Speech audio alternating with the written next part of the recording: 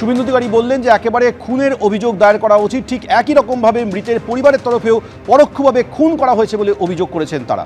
অধীর চৌধুরী এবং শতরূপ ঘোষ কি বলছেন শুনুন।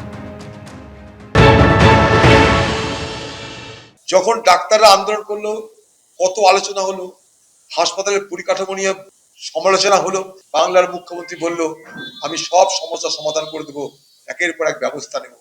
কি ব্যবস্থা নিয়েছে?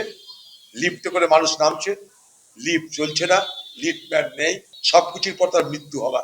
ঘাড় ধাক্কা দিয়ে দেখে ক্ষমতা থেকে সরিয়ে দেওয়া দরকার, নাহলে এ বাংলায় আর কিছু অবশিষ্ট থাকবে না। লিফটের মধ্যে আটকে থেকে এইভাবে একজনের মৃত্যু হয়ে গেল, স্তম্ভিত বিজেপি প্রার্থী রূপা গঙ্গোপাধ্যায়।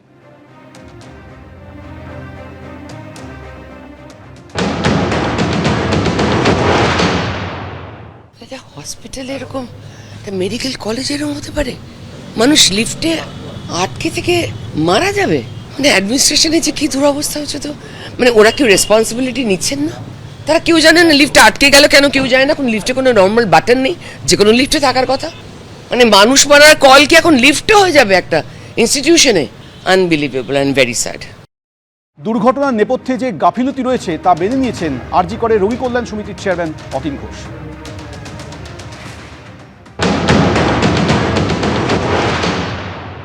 আমাদের সাথে এই মুহূর্তে রয়েছেন অতীন ঘোষ। অতীন দা, আপনি দীর্ঘদিন রোগী কল্যাণ কমিটির সাথে যুক্ত ছিলেন। এরকম একটা ঘটনা, প্রশাসনিক ব্যর্থতা বলা হচ্ছে, পরিবারের তরফ থেকে বলা হচ্ছে 100% ব্যর্থ। কিছু ভুল বলেননি। পরিবারের তরফ থেকে যদি প্রশাসনিক ব্যর্থতা বলে থাকে, আরজি করে স্থানীয় প্রশাসনের এটা ব্যর্থতা, যেখানে অ্যাসিস্ট্যান্ট সুপার যাদের ডিউটি আছে, যারা ঘুরে দেখবেন, পদস্থ অধিকার ঘুরে দেবেন, সিকিউরিটি যে কোম্পানি আছে তারও সুপারভাইজারের মাইনে সরকার থেকে দেওয়া হয়। সে সুপারভাইজারের দায়িত্ব ঘুরে দেখা। যে এজেন্সি যারা লিফট প্ল্যান সরবরাহ করছেন তাদেরও সুপারভাইজারের দায়িত্ব এগুলো ঘুরে দেখা। সব মিলিয়ে এই যে 3টে সেকশন আছে, এই 3টে সেকশনে ব্যর্থরায় এই দুর্ঘটনাটা ঘটেছে। ফলে এই 3টে সেকশনের বিরুদ্ধে উপযুক্ত কঠোর ব্যবস্থা প্রশাসনকে নিতে হবে, প্রশাসনকে দায় নিতে হবে। আমরা জানতে চাইব কোন এজেন্সি এখানে দায়িত্বে আছে সিকিউরিটিতে, কোন এজেন্সি লিফট প্ল্যানের দায়িত্বে আছে, তাদের সুপারভাইজারকে, তাদের বিরুদ্ধে কি ব্যবস্থা কর্তৃপক্ষ নিতে চলেছে। এটা আগামী সোমবারের মধ্যে মিটিং ডাকতে বলবো, তাতে আমি জানতে চাই। রোগীদের বক্তব্য শুধুমাত্র ট্রমা কেয়ারে একটা ইনসিডেন্ট হয়েছে তা নয়, সমস্ত যে বিল্ডিং, প্রত্যেকটা বিল্ডিং এর লিফটের প্রবলেম রয়েছে। এলাকায় ঘুরছি, এখানে পরিষেবা নিয়ে মানুষের অনেক অভিযোগ আছে। সেই অভিযোগগুলো জানাবার একমাত্র প্ল্যাটফর্ম হচ্ছে রোগী কল্যাণ সমিতি। এবং আমাদের প্রশাসনিক দৈনন্দিন ব্যাপারে প্রশাসনে এসে আমি কোনো মাথা গোলাতে পারি না।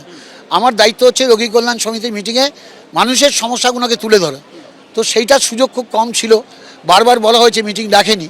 আজকে বলছি সোমবার মিটিং ডাকতে হবে, সেখানে আমরা বিশদে আলোচনা করব। বলা হচ্ছে বাবা বাইরে ছিলেন, মানে যিনি মারা গেছেন তার বাবা, তার ছেলে পুত্রবধূ সব ভেতরে ছিল।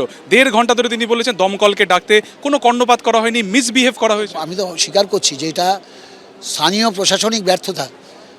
প্রপার সুপারভিশন থাকলে এই দুর্ঘটনা ঘটতো না। ফলে তো অতীন ঘোষের সাথে আমরা কথা বলছিলাম, তিনি পরিষ্কার যেটা বলছেন যে সোমবার তিনি মিটিং ডাকবেন এবং মিটিংয়ে যে বিষয়গুলো আসছে, যে অভিযোগগুলো গাফিলতির আসে, সেগুলো নিয়ে আলোচনা হবে। ক্যামেরায় অভিজিৎ দত্তের সঙ্গে সুকান্ত মুখোপাধ্যায়, এবিপি আনন্দ, কলকাতা। এবিপি আনন্দ, এগিয়ে থাকে, এগিয়ে রাখে।